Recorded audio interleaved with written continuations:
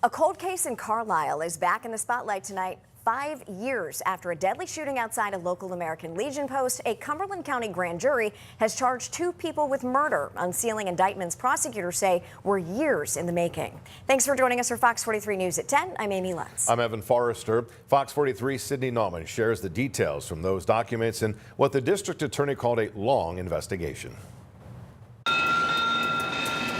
Trains still run past the intersection where Paul Laney's car came to a violent stop in 2020. Prosecutors say that crash wasn't the beginning of the story, but the latest chapter in a cycle of violence and retaliation. Police say around midnight on July 2nd, 2020, Laney was shot multiple times inside his car near the Haynes-Stackfield American Legion. His vehicle then crashed at Northwest and West Penn Streets, where Laney was pronounced dead. Passenger Bashi Bailey was also shot, seriously injured, and ran before officers arrived. For years, the case went cold.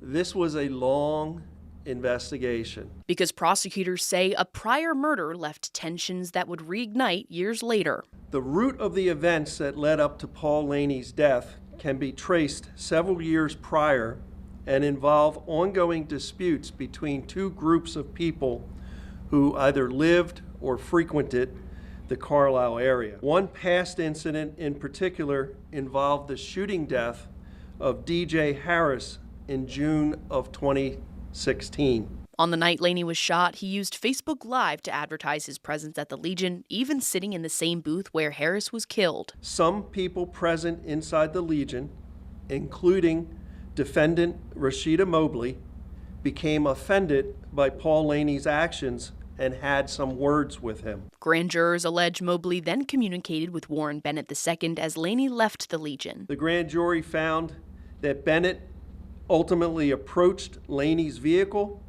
and fired shots from a 9mm handgun into the vehicle with the intent to kill Paul Laney. Both Bennett and Mobley are charged with first-degree and third-degree murder and are being held without bail as they face potential life sentences.